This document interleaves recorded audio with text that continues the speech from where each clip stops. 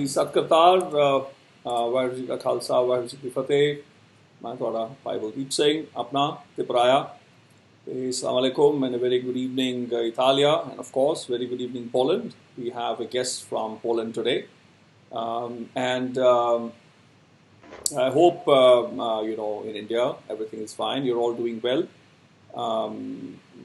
We have a wonderful jazz drummer from Poland joining us today, Adam Zagórski, who's a Polish jazz drummer, pianist, composer. He graduated at the Academy of Music in Poznań, at the Music Conservatorie, Syddansk Musikkonservatiorum, and let me see if I can have Adam on the screen from far so that you can sort of have a visual of him when I introduce him. Let me zoom in a bit. So here you are. So now, yes, you're visible as I try to backbite some. And not really a backbite now because you're here, Adam. Yes. So, welcome, yes. Everybody. Yeah, and so he has recently taken, takes part, in the program Jazz Soloist at the Music Conservatory at Odense. Odense or Odense? How do you pronounce it? Danish people they pronounce it Odense, but Odense. You can say Odense. Yeah, Odense. Odense. Yeah, Odense. Is that okay? Odense. Yeah, okay. Yeah, this is in Denmark, so that becomes the first Polish word that I Odense. No. It's Danish, so Danish. Oh, okay. My apologies to the Danish language. After finishing that program, he'll have, of course, the highest level of graduation in Denmark, which is he'll get his Ph.D. In 2018, he received a scholarship of Ministry of Culture and National Heritage in the category of music. On daily basis, he's involved in many projects in Poland. The CV is out there. You can have a look, and of course, importantly, the Poznań Jazz Philharmonic Orchestra. He cooperates with many international artists such as Gustavo Trinoff, Dominique Di Piazza, Igor Zakus, and others. Since 2015, he's a member of, he's a faculty member at the International Jazz Workshops, Chose Jazz. In 2016, he also became a faculty at the Internal Compass Summer Jazz at Mitzpe Raman in Israel. And he was invited later to be a guest teacher of the bachelor program at the Mitzpe Raman Jazz School in Israel. Adam Zagórski was a speaker at the International Conference about Ideas Worth to Spread. As it's written, as I can read, TEDx Piotrkowska. Piotrkowska, is that right? Yes, it's right. It's in Łódź in Poland. It's like a part of TEDx conversations. Okay, and he was talking about finding balance in the life of living a life of a musician. He also heads a drum class in Chaudarsky Dom Kulturi. You have to help me with the pronunciation again. And he's connected with workshops in Chodzez since 2004, initially as a student and now as a faculty. And he conducts summer jazz workshops. These are the oldest jazz summer school in the world, gathering 50 years of tradition till 2020.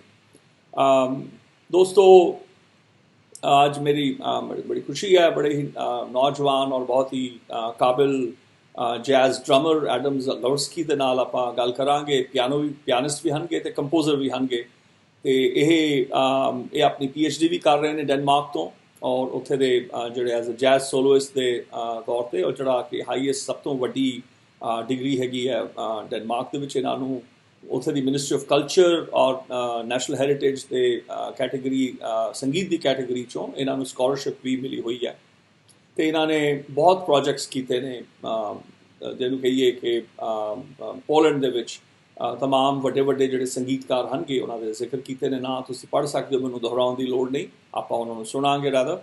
ਤੇ ਖਾਸ ਕਰਕੇ ਪੋਜ਼ਨਾਨ ਦਾ ਜਿਹੜਾ jazz ਫਿਲਾਰਮੋਨਿਕ orchestra ਹੈਗਾ ਉਹ ਕਾਫੀ ਯਾਨੀ ਕਿ ਅਹਿਮ ਇਹਨਾਂ ਦੀ ਸ਼ਿਰਕਤ ਉਹਦੇ ਵਿੱਚ ਹੈਗੀ ਹੈ।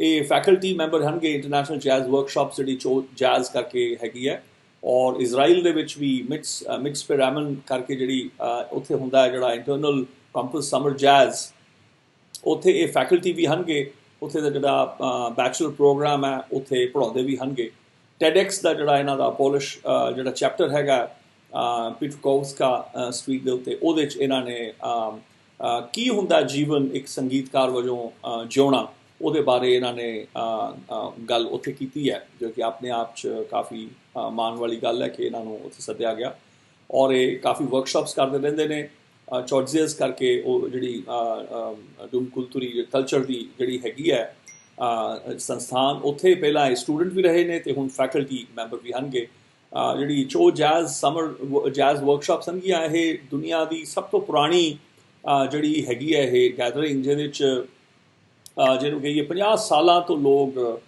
ਇਕੱਠੇ ਹੁੰਦੇ ਹਨਗੇ ਸੋ ਇਹ ਆਪਣੇ ਆਪ 'ਚ ਬੜੀ ਮਾਣ ਵਾਲੀ ਗੱਲ ਹੈ ਅਤੇ ਮੈਂ ਐਡਮ ਉਹਨਾਂ ਨੂੰ ਮੈਨੂੰ ਬੜੀ ਖੁਸ਼ੀ ਹੈ ਉਹਨਾਂ ਨੂੰ ਅੱਜ ਆਪਾਂ ਇੱਥੇ ਸੱਦਿਆ ਹੈਗਾ Adam, welcome to the 16th Mēlā of the YaarAnād Virtual Baithak Series. It's my pleasure really to have you join us in this series. Thank you very much. Welcome for this wonderful invitation.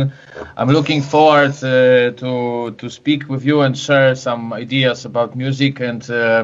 Thank you for watching, and it's really nice that we are all here. I hope it's live and it's working well. So yeah, so thank you. Welcome one more time.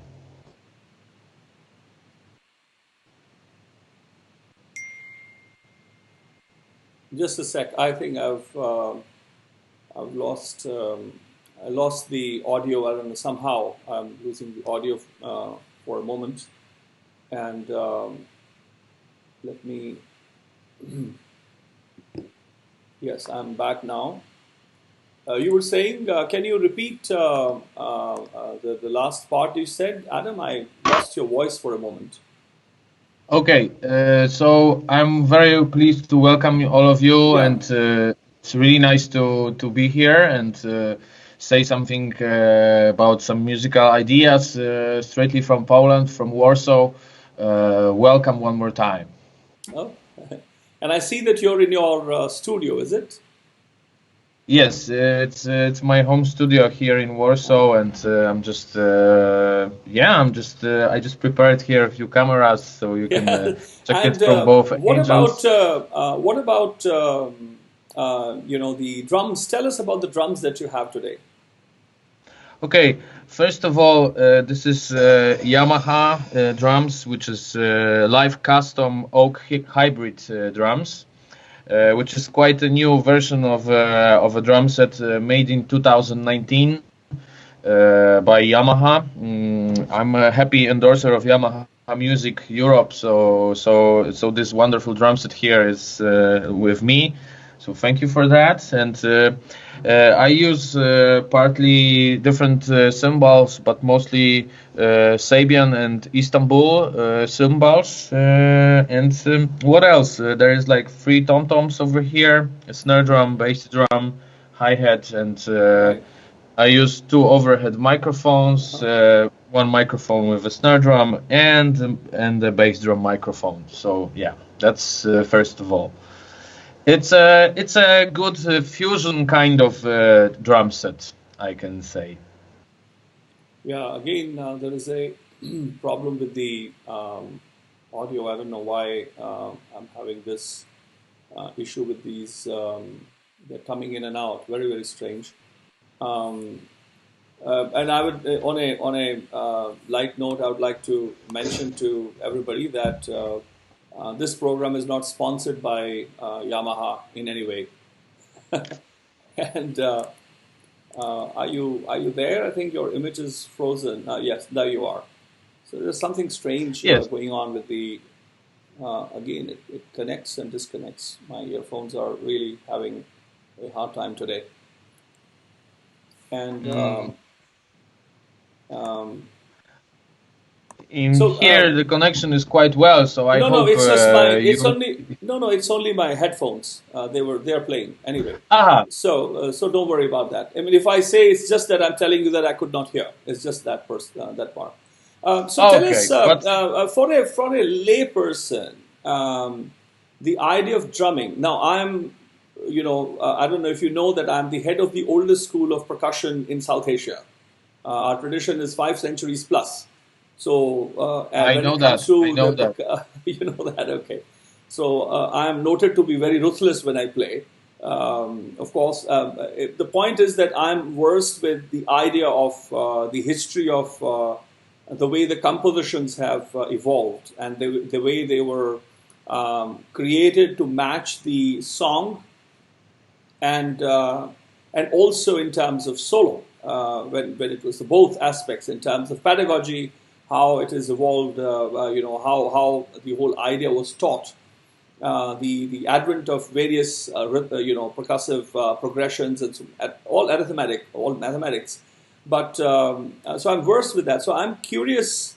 Anyway, so point I'm making is that if I may rephrase it, that I'm versed with the South Asian idea of percussions. But just consider me as a lay person. My son, a younger son, Leonardo, was always playing the drums at home. So I have once I went out to actually purchase a drum for him.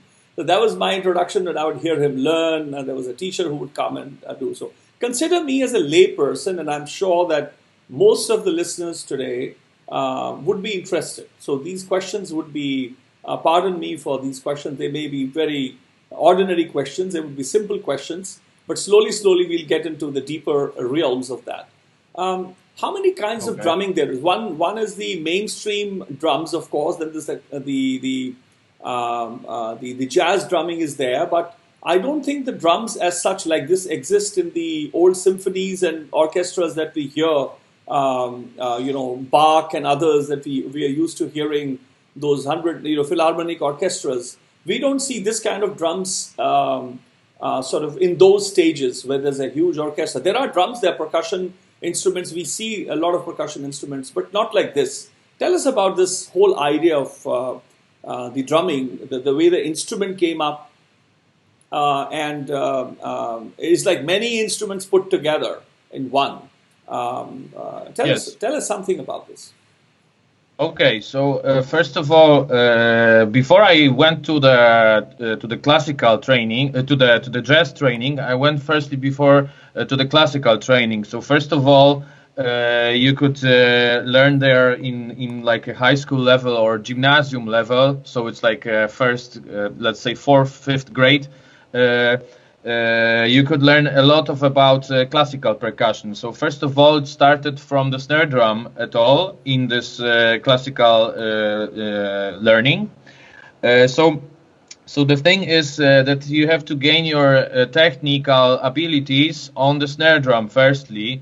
So it's all the things which you do with your wrists, and it has to be really correct first of all. And the point is that to simply answer your question is that all those instruments existed before it came together, and then suddenly in this jazz times, let's say like 100 years or 120 years ago, it came to be a complete drum set, So first idea of this word was not a drum set, but the first name of that in like beginning of 20th century was jazz complete, So it's like jazz complete, So there was like a Gran Cassa, which is now the bass drum. There was the snare drum, which before it was used in the army of let's say on the fields or something like that. There are tom-toms which were kind of conga before, so it has like a melody. So it's like a diatonic instruments which you can see like. So there's like a major third between those two. Let's say if it depends, you can tune it in a proper way. And also there were cymbals which were taken from the really old times. Mostly first cymbals which were attached to the drum set were Turkish ones, I see. and Turkish cymbals are mostly most popular right now in all over the world to use them. You know, so before that it was all classical, but there was a need because first of all there is a need which is quite an economic need, because you need to pay 5 people, or you can pay 1 person which plays on the all instruments which 5 people used to play. So if you go back to, for example, it's not a long history, I can say, comparing to history of your heritage, but if you go back 150 years from now on, you can see that, for example, there was a parade of musicians, or African musicians, or musicians from Caribbean musicians. So there you can see that every person has a different instrument in their hands, and they are all playing together. So then after that, there was a need to learn how to play all those instruments by 1 person. But it all comes from all these tom-toms and all these. It comes from really old times of Middle Age also, where there was like war drums, or there was things like timpani in the orchestra, which of course it was a few hundred years later, but still from now on it was a few hundred years ago when the first timpani was happening in the orchestras. And and all the cymbals, the cymbals firstly in the orchestra was a Ph.D, which is like a, this one. Yes.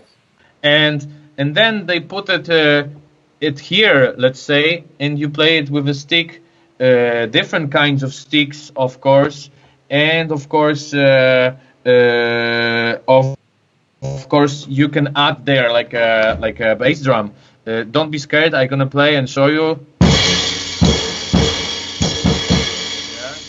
So it's all becoming together. So actually, if you have 2 legs and 2 hands, you can try to learn how to play different instruments in once. Yeah. So one, that I'm never scared of drums. I'm hoping that I'm not too scary. No, at all. The other is that it's very interesting the way thank you for that little, I was curious about how this came about. So this, of course, is a very recent invention. Before I go into the details of that, can you share who's the person who had this idea to put them together? Was that one person who suddenly brought them together, or it evolved over time? I think it involved because most of that things were happening in United States in the colonial era, which actually there was the times when people from Africa came there.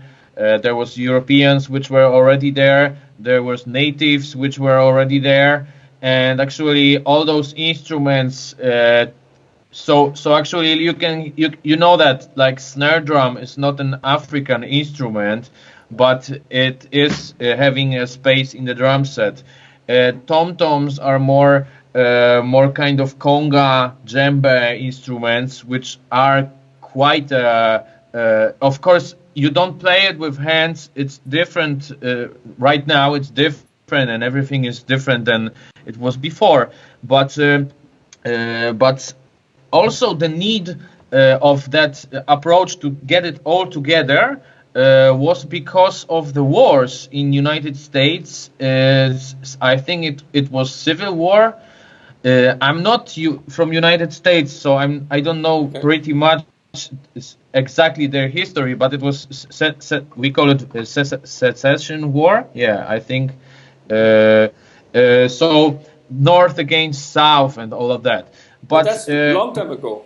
That's a long time ago, and there the technique came along. So there was few people field drummers, which actually I have something to show you over here. Can I put it to this Yes. one? Yeah. Okay. Sure.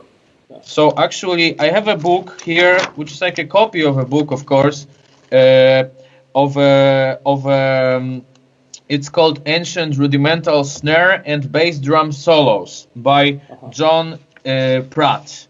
And I'm so sorry because few weeks ago, this person, John S. Pratt, passed away. And but he was really old. It was not like passing away from coronavirus. So he wrote about the history of the snares. Yeah, I've shown that. Yeah. Yes. We've seen that. So this is an rudimental drum instructor of field music, U.S. Military Academy Band. Right. This is Can you demonstrate? Can you demonstrate the book? Of course, it will not be possible to look into it. But can you demonstrate something in that? Can you play something? Yeah, I can try. I can just try to play like a first one, which is called Fort Ticonderoga. Just a little part of that, okay? Yeah.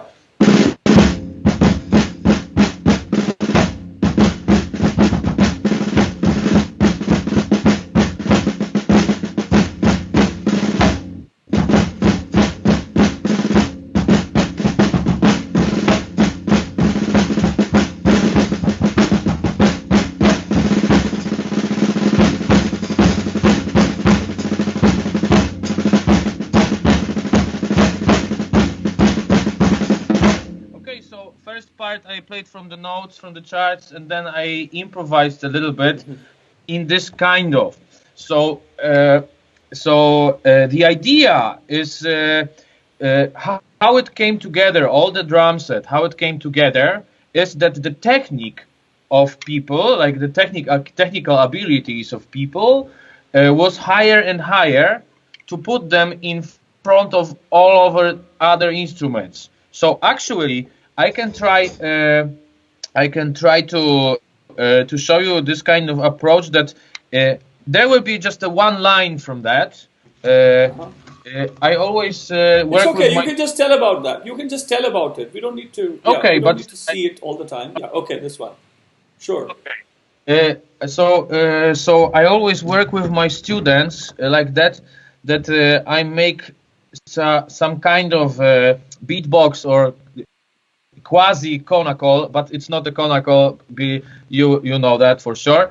But for example, I make such a thing like so it's I want to do it with a microphone. So it's like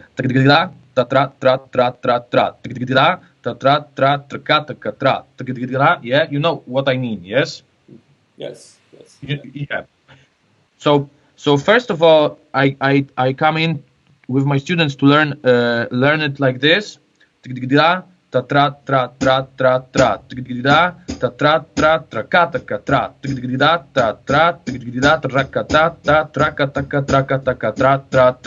Okay, so this is like a kind of march approach, and then later on you can try to instrumentate this kind of march on the other instruments. So then sounds quasi different. Okay, so I take the microphone away. Yeah. You're audible the same way. You don't need to hold the microphone. I can hear you very well. We can all hear you well. Okay. Yeah. Okay.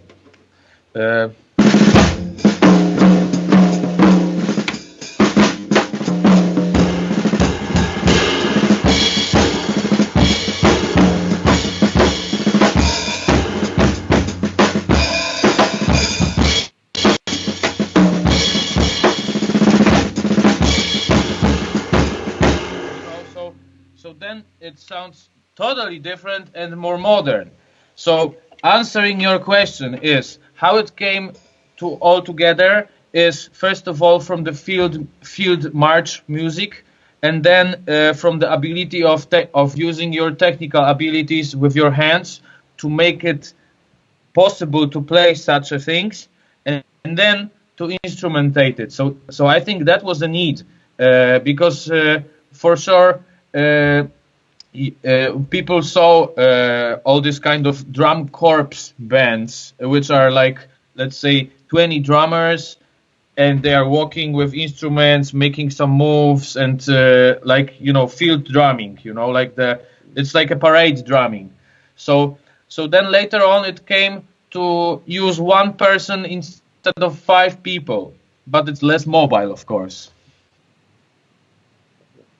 So what are you going to play for us first? Let's hear you play.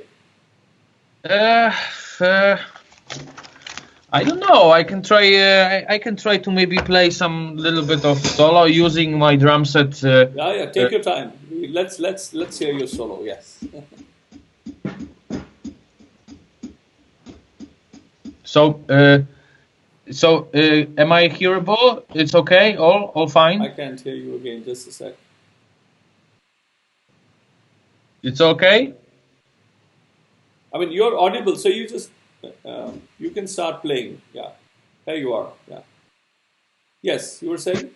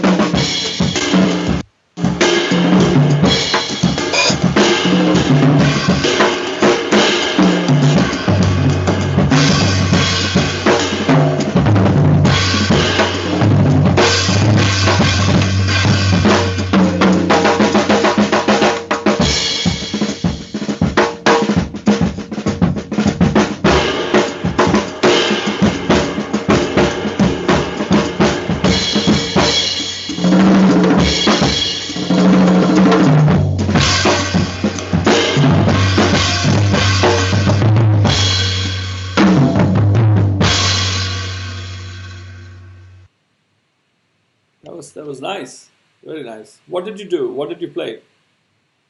Okay, so I just started up from kind of instrumental stuff, let's say, discovering a little bit. It's really cool to, in my opinion, it's really nice to firstly get used to the audience of the instrument. So you can start a little bit of free on your tom-toms, and it's one layer over there actually. So there's like a one sound layer that you got all.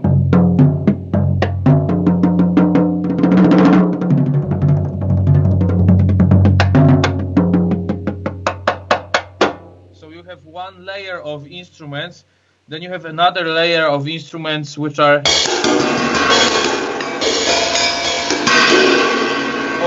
all the cymbals, of course. And then later you can mix it and you can go to some groove. Of course, it was groove based on 4/4. It was not some odd meters or something like that, just easy 4/4 for the beginning. And later on, I actually started to play a little bit of this kind of John Pratt approach with the marching style, you know. So yeah, so this was just a random solo, so it depends, you know. It's like it's actually, that's the jazz drumming, that it's just one moment, and it's never repeatable anymore. So yeah, so that was kind of like improvised solo of the moment. I see. And but do you when you I have of course followed some of the international drum competitions and so on and so forth over the years. There's some fantastic players, young talent as well, who've come up and running. So, of course, what is this kind of drum is predominantly played only in jazz, is it? The way this is? What do you mean, like on the drum competitions, or? No. Just this kind of drums. I mean, I was just saying that I've followed it. I've seen over the years some of the international drum competitions. I was just mentioning to you that I've been versed with that. I've followed some of those competitions.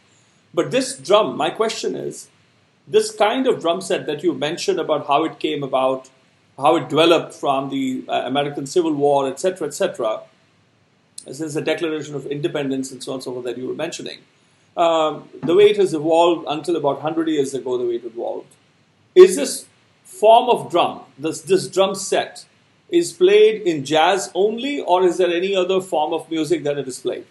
And of course not, because as you can see here, this is like maybe the setup is quite jazzy, because right now I have a typical jazz setup that here you have a tom-tom and here you have another tom-tom, which is the basic one. Like the basic one would be without a china and the third tom-tom. This would be the typical drum set, that here you have a space instead of the tom-tom, which actually I changed it because I have three tom-toms. So this tom-tom could be here and another could be here. So you have three tom-toms.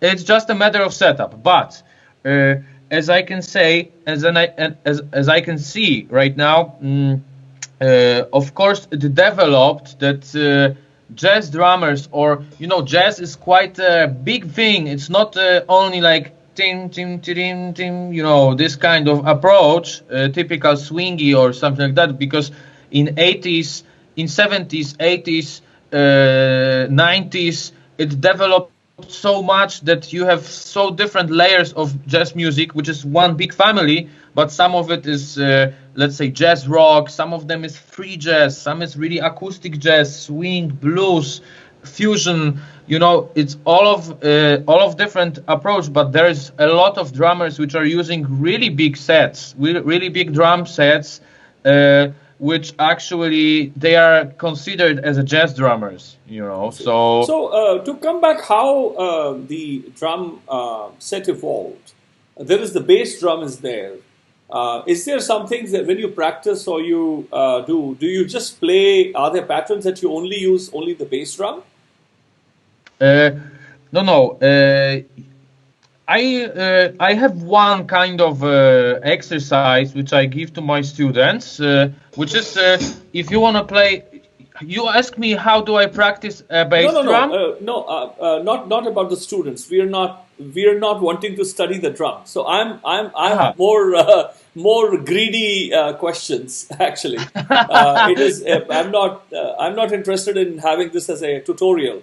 My point is that when you perform as such, do you at times only use just the bass drum, for example? Like in the old times, like we have the Nagara in India, we'd have one big bass drum and you have two sticks and you play different patterns that they would play.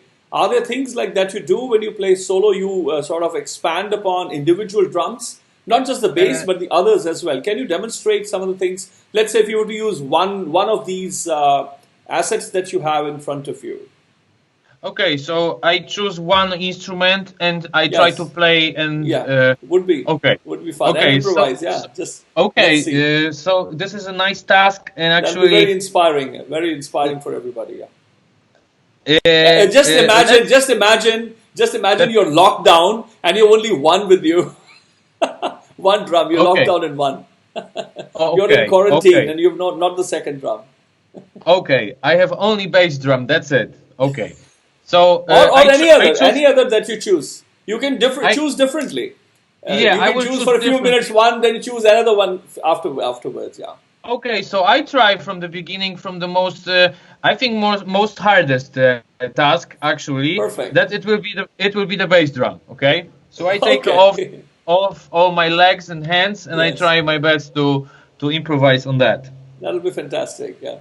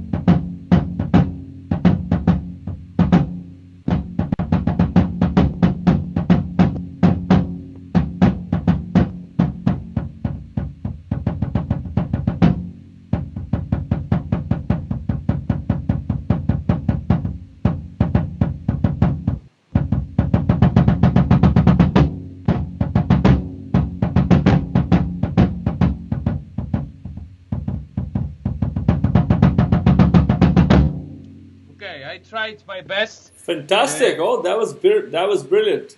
You know, it's leg, so actually it's only one. Yeah, absolutely. It's only one. Difficult. It's very, very difficult what you were doing. Yes, absolutely. I can tell you the story about the jazz drummer, which is called Louis Bellson, and Louis Bellson is the person who invented in jazz music. Actually, he invented a double pedal. So mostly double pedal is used, double bass drum is used in really hard music, you know, like heavy metal or death metal, whatever. But he invented double pedal. So imagine that there was like 60s, 70s, and Louis Bellson has two double bass drum, not a single one and a double pedal like the one drum, but two drums and playing swing, you know. So this is some kind of extraordinary thing because. Yes, yeah, indeed, yeah. Indeed. But tell me, because I interrupted you, I think or No. or okay. It's absolutely fine in the sense that the what you were doing is fantastic. I mean, to create, improvise. It's a testimony to the creativity, the creative juices that flow in the field of jazz, the kind of improvisation and the sort of the understanding of the layer, as we say, the pace, the breadth. That was fantastic. Can you? Yes, go ahead. I just wanted to tell you about a little story, and then try to do it the same task which I did, but with the right cymbal. Yes, because, I was about to come to that only. Yes, because I had few teachers. Some of them, they were from Poland, from US, from Denmark, but as I learned from them some really common things. All of them, they were saying this one common thing, that actually they didn't know each other, but they said the same thing, that you can go for a concert only as a drummer. If imagine you have a concert, the gig, and you can go only with your right cymbal, and if it works, it works, it swings. If it doesn't swing, then it doesn't swing, because all of this situation, which is like a jazzy situation or whatever it is, actually, it comes out from the right cymbal.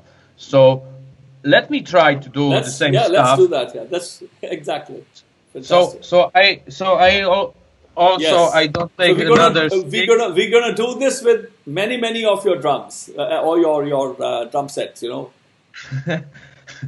We can try that. And then we can combine them all together at the end.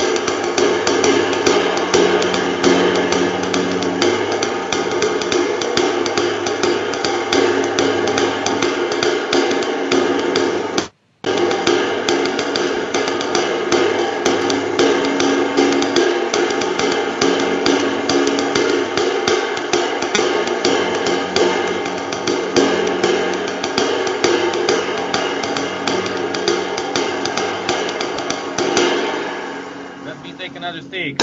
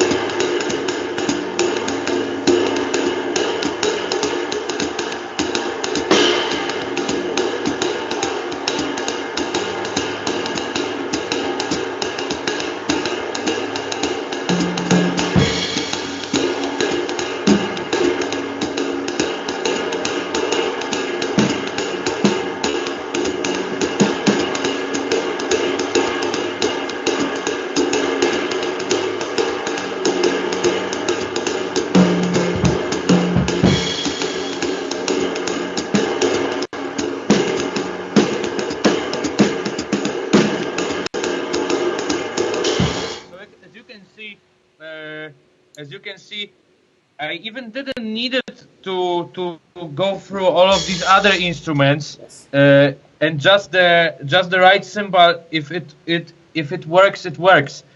So it's actually true that you can go for the concert only with right cymbal. And it's also actually true what you said, that if there is a quarantine, and if there would be a quarantine and there would be one and only instrument which I can take with me, it would be just this right cymbal with a stem. That's it. That's fantastic. That's so complete in itself. Yeah. Yes. And you mentioned about the war drums or the snares, the way they would be played in the marching bands. Can you demonstrate in Poland as well? Are they using these for the march in the military or in the police? Do you have a memory of that? How they do, what they play? I think there is such a thing like military schools. Of course, there is military schools, but there are military schools for musicians too. So there are military orchestras, and they are always used to have like a ceremonial approach. That there is like some diplomatical ceremony, and there is a band playing, and of course they play some march and all this stuff, but all of this snare drum approach, it comes from the rudiments, from the rudiments, which are actually the language of the drummer. And actually it's like that for me rudiments are the language. So if you know more rudiments, then richer your language it is, so if you don't know any rudiments, you sound like I would in English talk like I go, I eat, and instead of I just go to buy a great pizza downstairs in Rome, So to come, yes, go ahead, finish your thought. So for me, of course, maybe we both know what are the rudiments, but maybe some people, they don't know, which are watching us, they don't know what are the rudiments. So the rudiments are like single words which you connect to the big sentences in drumming. So these are like special type of handing, like that you have to hand it in the right way. For example, some kind of easy rudiment, let's say, are the rolls. So the rolls are double strokes, let's say. So double strokes are sound like this,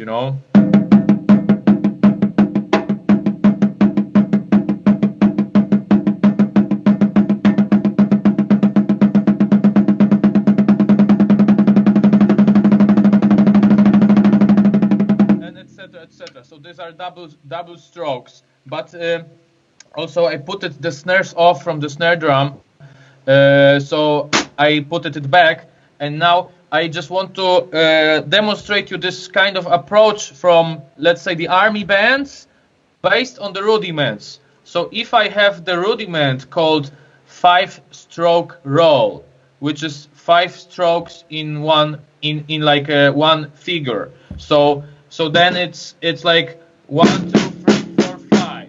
So it's like right, left, right. So it's like right, left, right. So then if you play it way much faster after you learn this rudiment well, then it sounds like this.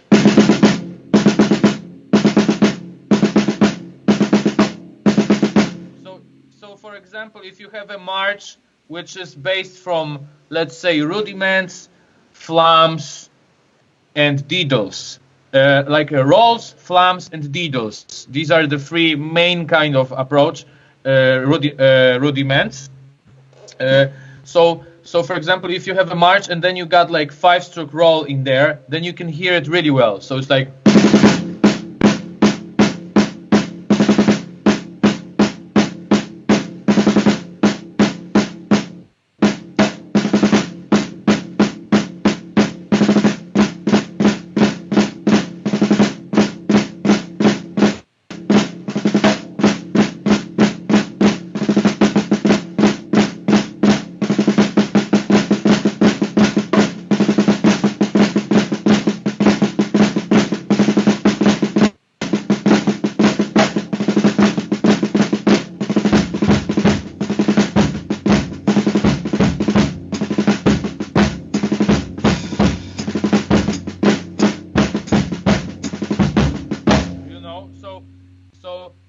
this is the kind of march approach, and it's not only in Poland. I think right now it's worldwide. Universal. Yeah, it's worldwide. That's true. Thing. Yeah, indeed. Yeah.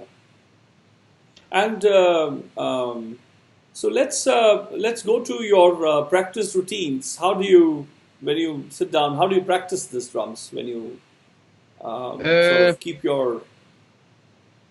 First of all, I use earplugs, not like these ones, but before you start, I use this kind of earplugs, which are we don't need to say the company name, but it's it looks like that, you know. So it's really really desonorizing.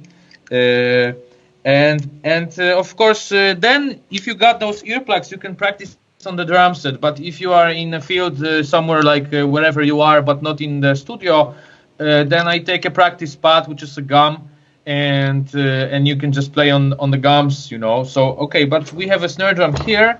So I start actually from single strokes, which is really patience, learning your patience actually, because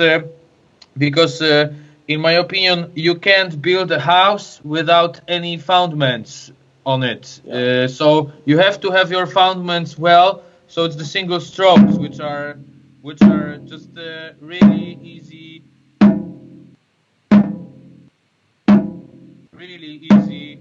totally easy to unstress your wrists, unstress your fingers.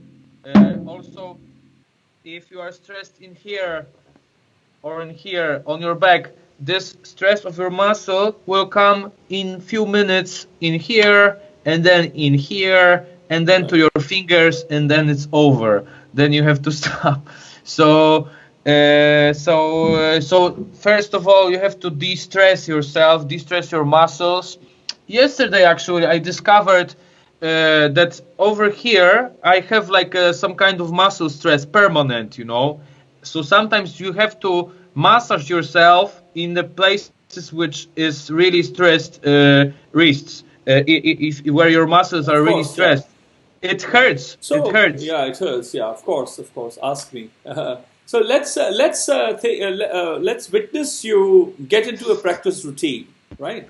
Can you just get into a mood and just imagine you've woken up and you've entered your studio and you're now with the drums.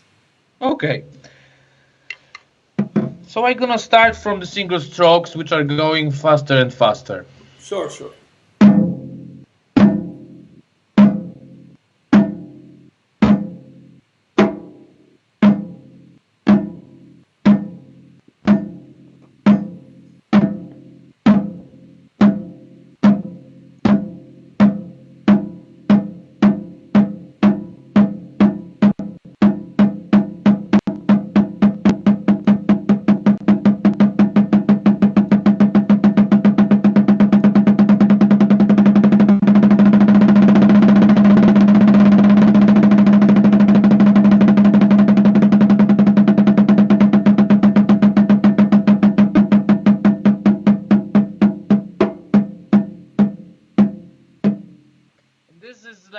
Exercise which you provide your single strokes happening, you know. So you make it, let's say, like as a routine. You can make it like 20 minutes or something like that, and then you make a different approach, which is for example double strokes. So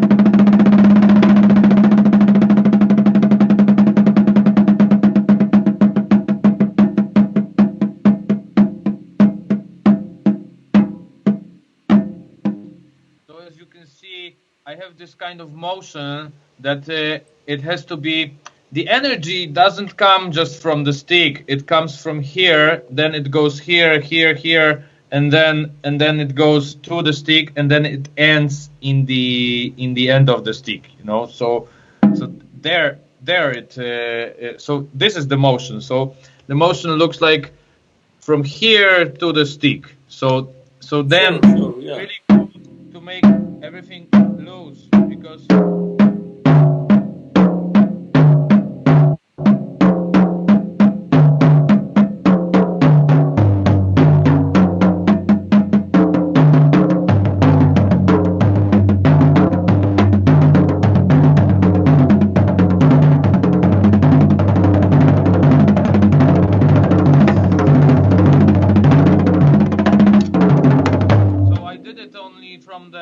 From the double strokes. From the single strokes, it would be it's really hard. So I can tell you that sometimes drumming and all of this technical approach, technical learning technique is trick for the audience because they think that you played something extremely impossible to play, but actually you help yourself with the gravity. There is the gravity, which so everything what I try to play is as you can see the drumstick is going up always. So I have 50% only of my job, and the rest is just the gravity, because there is like a Newton rule that if you that's understandable. Fair enough. Yeah, that's good to know. Yeah. So let's get into the next. Just get into it. Just have an uninterrupted, without explanation. We would like to witness you into a space. Just imagine we are not there. It's just you. Okay. Now I get it because I like to talk to also. So. I know. I'm a serious talker too. There is nobody here for many days, so I'm glad to talk to somebody. You know. Okay.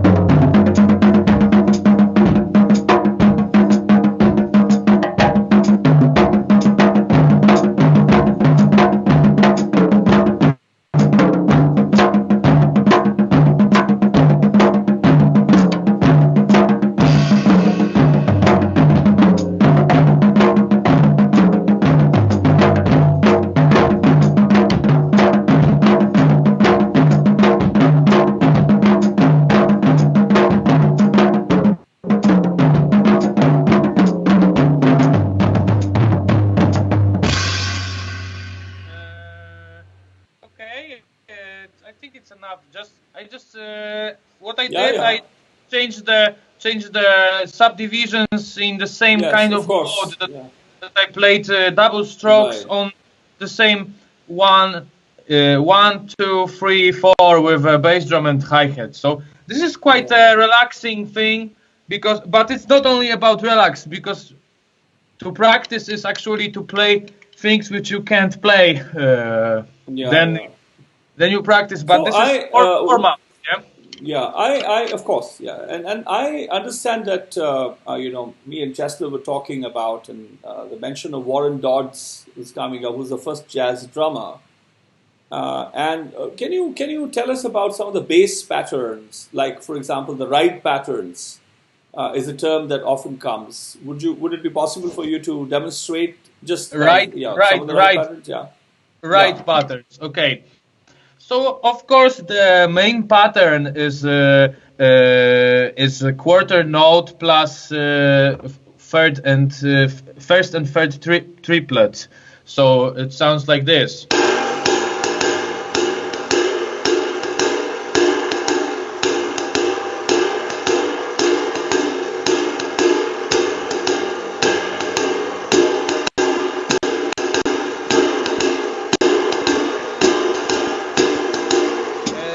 I have a great book actually, which I use. This is a book by Ted Reed, and it's called Syncopation for the Modern Drummer. That's okay. Yeah, it's okay. Yeah, it's fine. Yeah, but I just wanted to present you some kind of right cymbals from that book. It's really cool. Sure.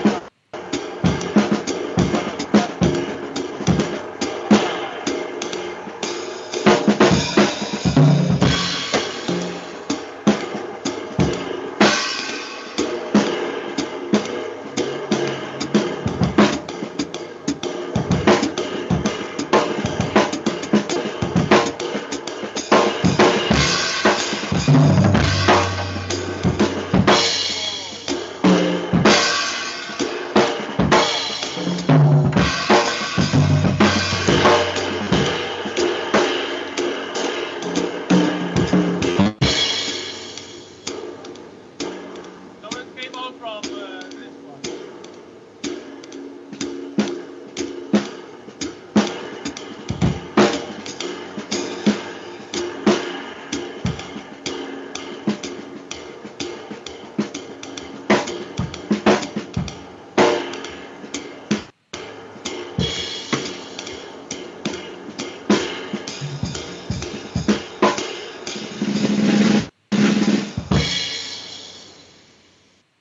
That was fantastic.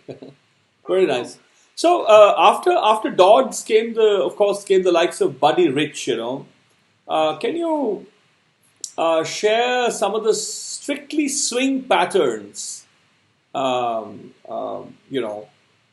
With us. You mean swing? Let's say we can go to some kind of approach, because this was what I presented you now. It was swing, but like a middle tempo. Let's play something. Just pure swing, strictly swing patterns. Yeah. Let's play some up tempo. Okay.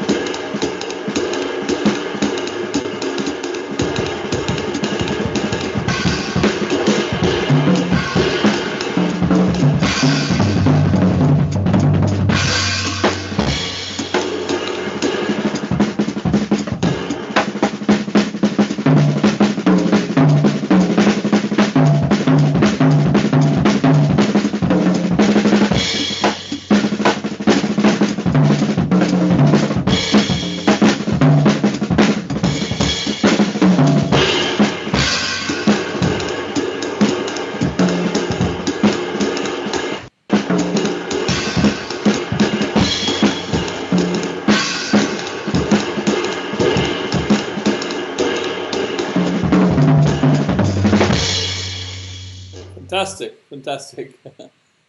So that was brilliant demonstration. So I understand that after the with the bebop era, and the drumming which came thereof, I understand that the improvisation somehow came into fashion.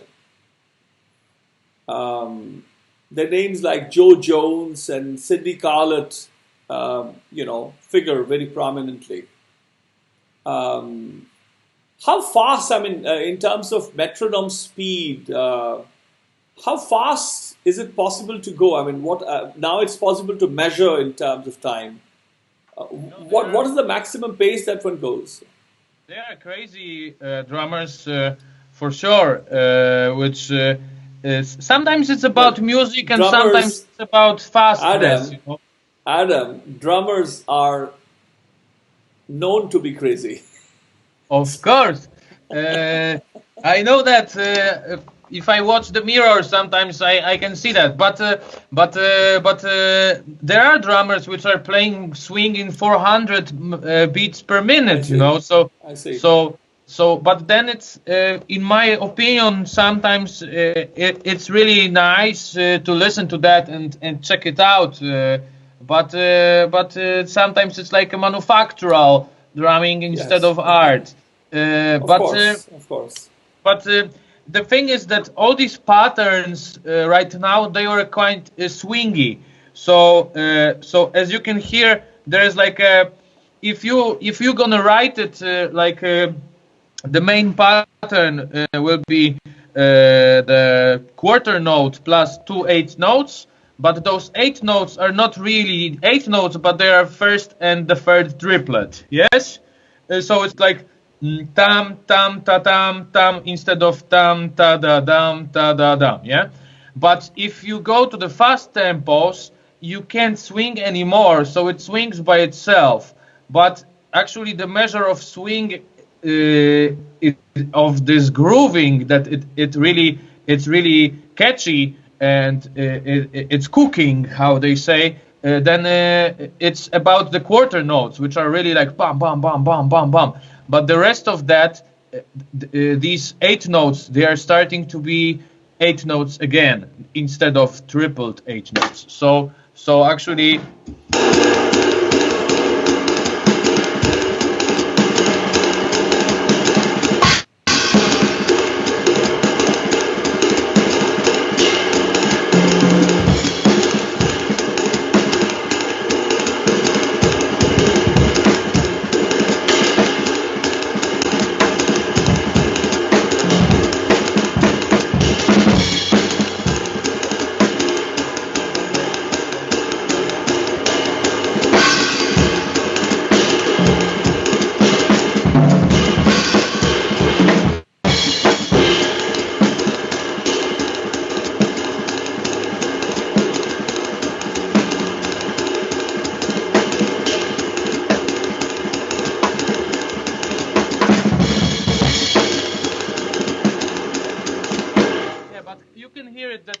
It stopped to be quite musical. Yes. It's more factory. Yeah. Then it's sound. Then it's factory sound, approach. But as you can see again from this approach, again we come back to the right cymbal, that everything goes back to the.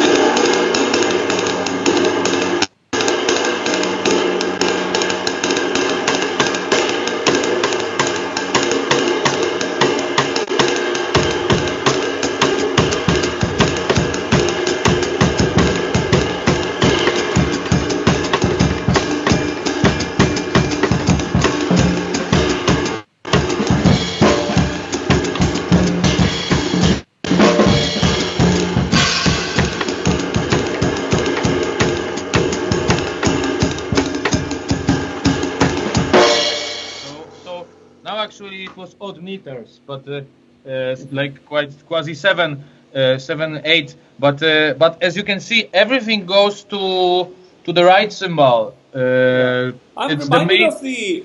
reminded of the idea like polyphony exists in singing or music, melody, and you're a composer and a pianist yourself.